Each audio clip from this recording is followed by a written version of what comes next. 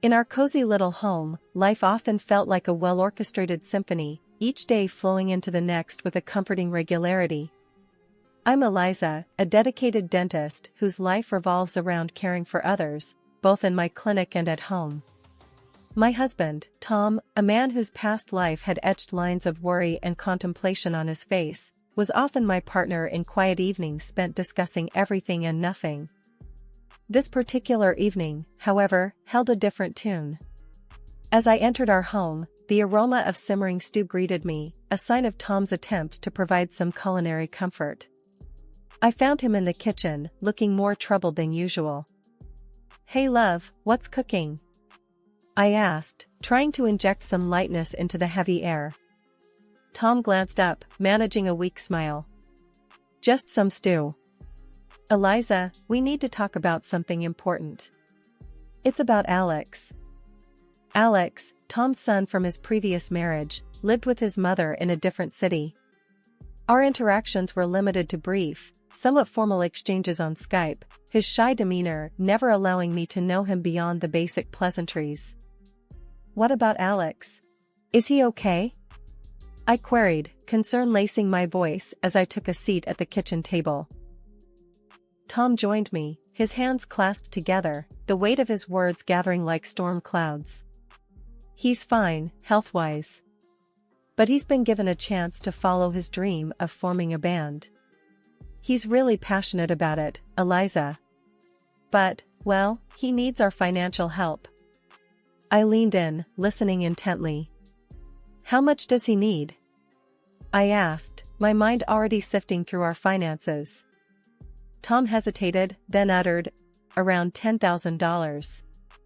It's for the equipment, some studio time, things like that." I took a deep breath, the number settling in my mind. "That's a significant amount, Tom. But if it's for his dream, tell me, have you seen any of his work? Is he serious about this path?" He nodded vigorously. "I've heard some of his music during our calls. He spends every spare moment he has on it. I believe in him, Eliza." I watched the earnest look in his eyes, a father's love mingling with hope. "All right, Tom. If you believe this is right, I trust your judgment. Let's support Alex. But, let's also ensure it's a wise decision. We should probably have a chat with him, understand his plan a little better." Tom's face lit up with a mixture of relief and gratitude. "Thank you, Eliza. This means the world to him, and to me. And yes, let's arrange a call with him soon." As we sat there planning our next steps, I couldn't help but feel a mixture of excitement and apprehension. I was about to invest in a dream, in a young man I barely knew, hoping that our contribution would set him on a path to success and fulfillment. It was a risk, but perhaps, in the grand scheme of things, a risk worth taking for family. Months slipped by after the first financial aid for Tom's son, Alex. Life resumed its usual pace with my dental practice bustling and Tom's work steady.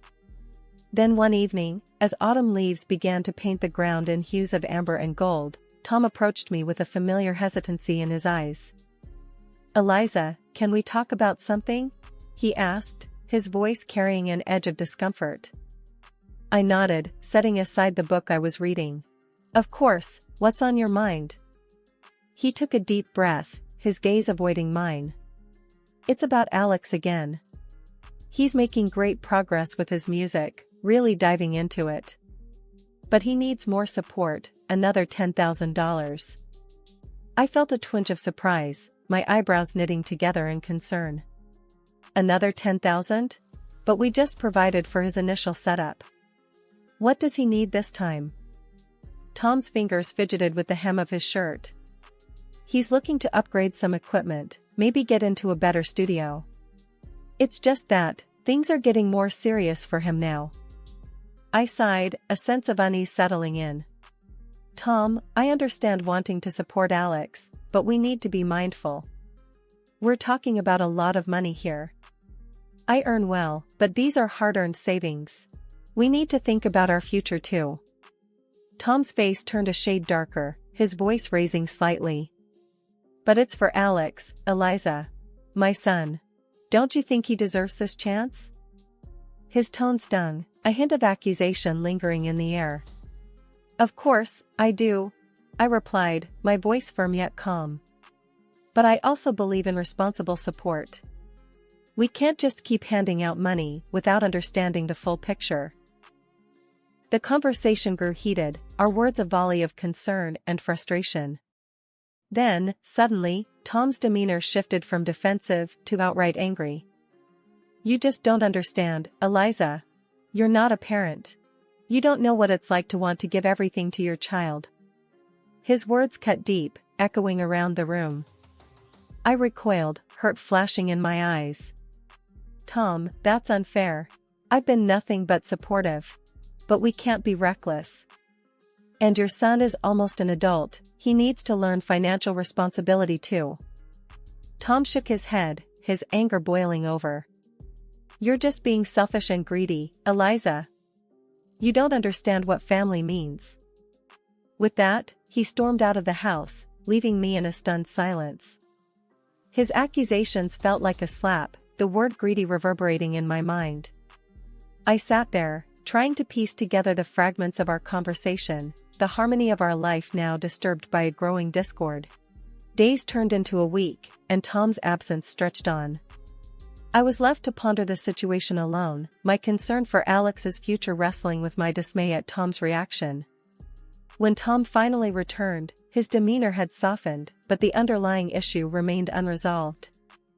I'm sorry, Eliza, he said, his voice low. I shouldn't have exploded like that. It's just, I want to do right by Alex. I nodded, accepting his apology but feeling the distance between us. I understand, Tom. But we need to be a team in this, especially when it comes to big decisions. Reluctantly, I agreed to the additional support for Alex, my heart heavy with apprehension. Tom's immediate switch back to his affectionate self was a relief, but also a reminder of the fragile balance we were treading. The cycle of financial requests for Tom's son had become a recurring theme, straining not just our bank account, but also the very fabric of our relationship. Just as the leaves began to shift to the fiery colors of fall, Tom approached me again, his demeanor more desperate than before. Eliza, we need to talk about Alex again, he began, avoiding my gaze. I set down my book, a sense of dread filling the air. What is it this time, Tom? He fidgeted, clearly uncomfortable. It's a big opportunity for him, a chance to go on a tour with his band. He needs our help, Eliza. He needs $30,000. I was taken aback, the figure echoing in my mind like a bad joke. 30,000? Tom, this is getting out of hand. We've been supportive, but this is too much. Tom's face flushed with frustration. But it's for his future, Eliza. Can't you see? He could make it big. I stood up, feeling the tension like a physical force between us. And I want to support him, but not blindly. We've never even seen him play. We don't know if this band is real or just a whim. We need some kind of proof, Tom. His voice raised, a note of panic creeping in. Why can't you just trust me, Eliza? Why do you need proof for everything? I replied, my own voice rising in response. Because trust is based on honesty and responsibility, Tom. And right now, I'm not seeing a lot of either. The room was thick with unsaid words and mounting frustrations. Tom then dropped a bombshell that shattered any semblance of normalcy. If you don't give this money for Alex, I don't think I can stay in this marriage. I felt as if the floor had fallen out beneath me. Are you blackmailing me, Tom? Using our marriage as a bargaining chip for money? He didn't answer, his silence speaking volumes. I realized then that our issues ran deeper than I had ever imagined. This was about more than money, it was about respect, trust, and the balance of power in our relationship. I need time to think, I said finally, my voice hollow. This isn't something I can decide right now. Tom stormed out, leaving me alone with my swirling thoughts. I knew something had to change. We couldn't continue down this path of ultimatums and financial demands.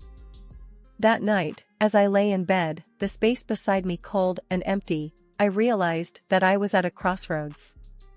One path led to giving in to Tom's demands, sacrificing my principles and possibly my financial security. The other was fraught with the unknown, potentially leading to the end of my marriage. In the quiet of our home, I sat down with my laptop, a sense of unease stirring within me as I navigated to Alex's Instagram page. The images that greeted me were far from what I expected of a struggling musician. Lavish parties, designer clothes, exotic locations, it all painted a picture of luxury that belied the story we'd been told. I needed answers directly from Alex. I called him on Skype, ensuring the video recording was on, ready to confront him about the inconsistencies. He answered, his face a mask of casual indifference. "Alex, we need to talk about the money your dad and I have been sending you," I began, my tone firm. He shrugged nonchalantly. "What about it?" I didn't mince words. "I've seen your Instagram.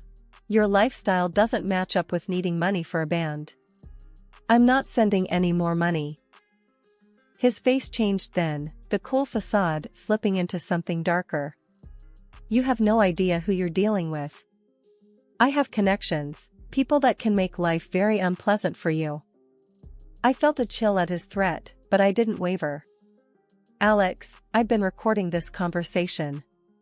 Threatening me is a serious offense. I can take this to the police." The bravado drained from his face, leaving behind a pale, frightened boy. Tears welled up in his eyes as he realized the gravity of his actions. "Please, no.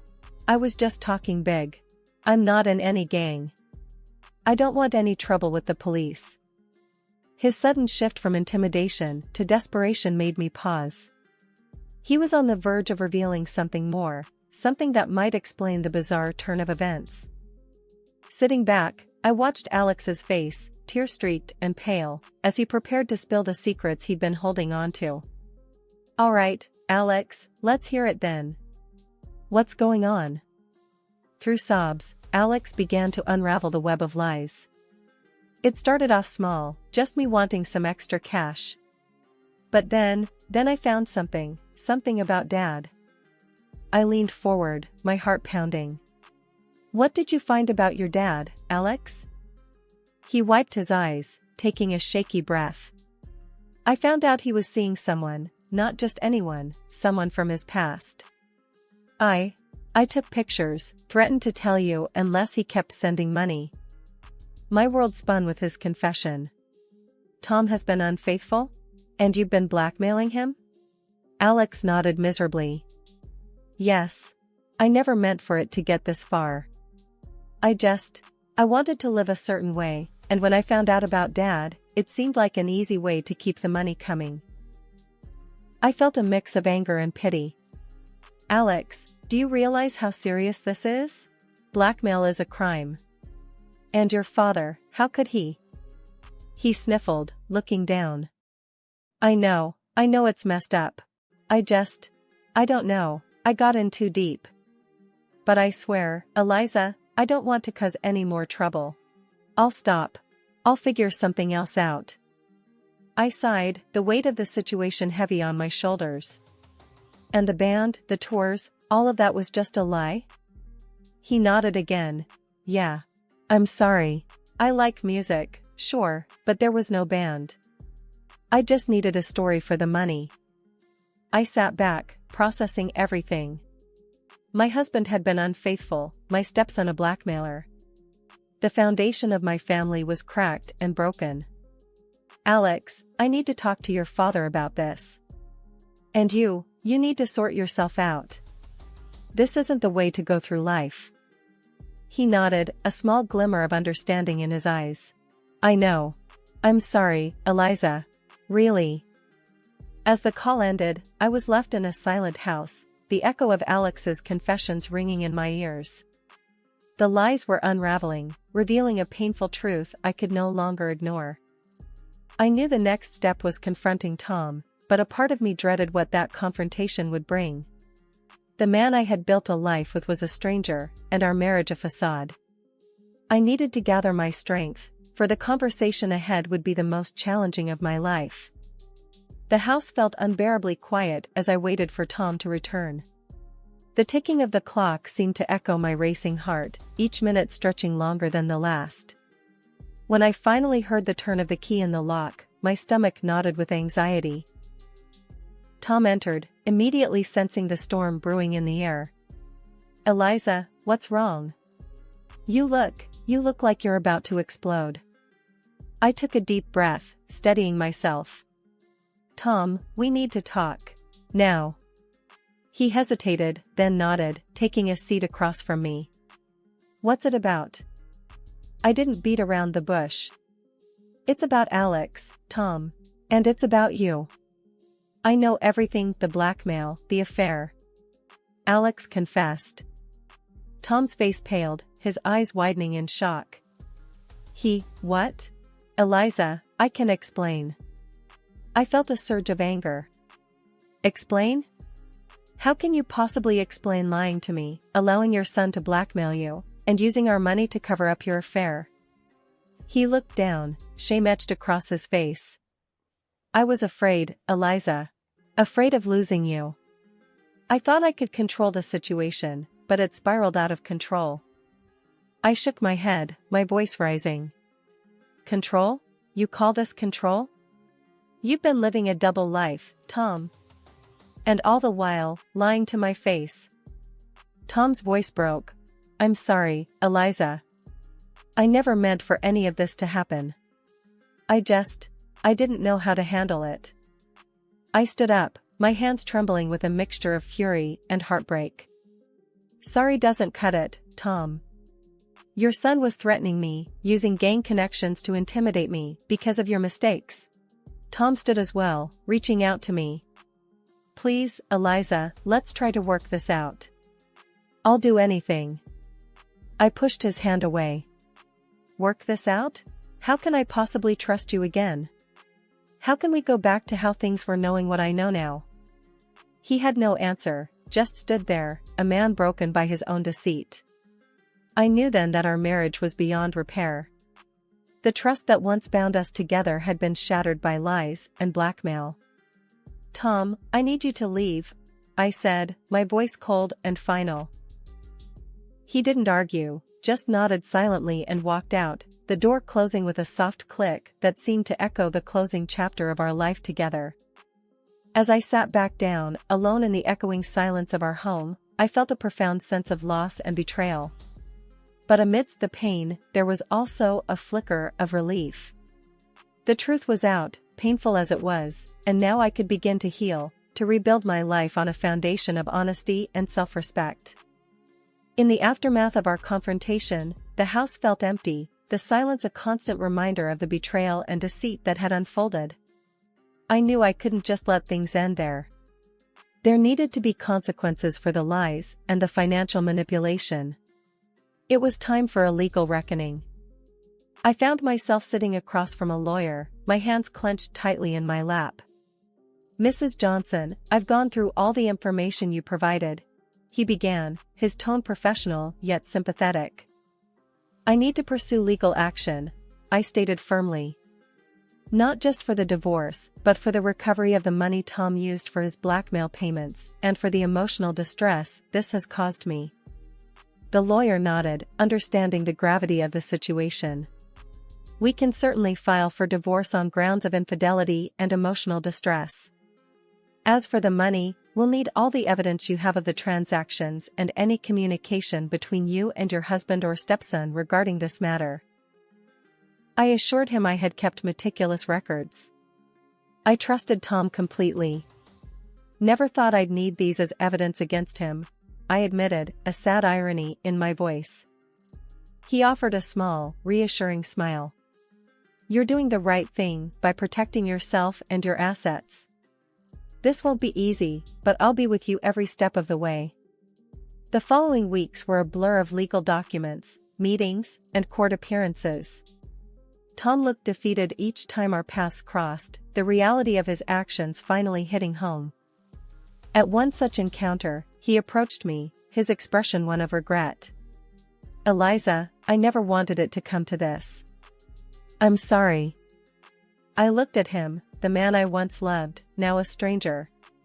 Sorry isn't enough, Tom. You made your choices, and now we're both living with the consequences. The final court session was the hardest. I sat there, listening as my lawyer laid out the case, detailing the emotional and financial toll of Tom's deceit. When the judge finally spoke, granting me the divorce along with compensation for the misused funds and emotional suffering, I felt a bittersweet relief. As I walked out of the courtroom, the weight of the past months felt both heavier and lighter. I had stood up for myself, faced the legal battle, and emerged with a sense of closure, albeit a painful one. But the journey wasn't over. There were still pieces of my life to pick up, a future to rebuild. I knew it wouldn't be easy, but as I stepped out into the sunlight, I felt a glimmer of hope. I decided to visit my old friend and confidant, Martha, who had been a pillar of support through my ordeal. As I entered her cozy living room, she greeted me with a warm, knowing smile. Eliza, look at you. How are you holding up? She asked, ushering me to sit. I sighed, a small smile playing on my lips. I'm okay, Martha. It's been tough, but I feel like I'm finally seeing the light at the end of this long, dark tunnel. Martha patted my hand gently. You've been through so much, my dear. But you handled it with such grace and strength. I'm proud of you. I nodded, feeling a sense of pride myself. It was hard, Martha, facing Tom in court, unraveling all the lies. But I stood up for myself. And now, it's time for a new beginning. Martha's eyes twinkled with encouragement. So, what's next for Eliza Johnson? I took a deep breath, feeling the weight of the question. First, I think I need some time to heal, to rediscover who I am outside of this whole mess.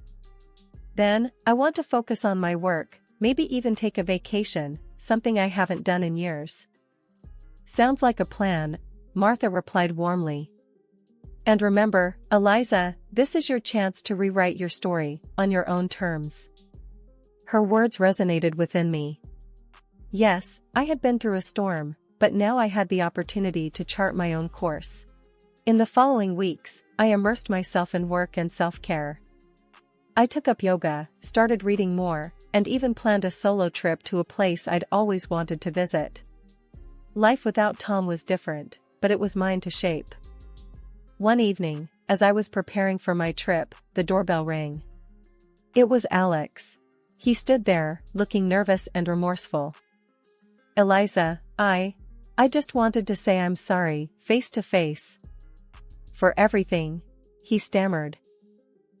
I regarded him, seeing not the aggressive young man from our Skype call, but a remorseful, lost boy. Thank you, Alex. I hope you've learned from this, and that you're making changes for the better. He nodded earnestly. I am. And I owe it to you for standing up to me. You helped me see how wrong I was. I smiled slightly, acknowledging his apology. Take care of yourself, Alex. And make good choices, okay? As he walked away, I closed the door and turned back to my own path, feeling a sense of closure. The journey had been arduous, but I emerged stronger, wiser, and ready for whatever lay ahead. The sun set in a blaze of glory, its vibrant hues a promise of the new chapter awaiting me. A chapter of healing, growth, and self-discovery. A new horizon was before me, and I stepped forward with determination and hope, ready to embrace whatever the future held.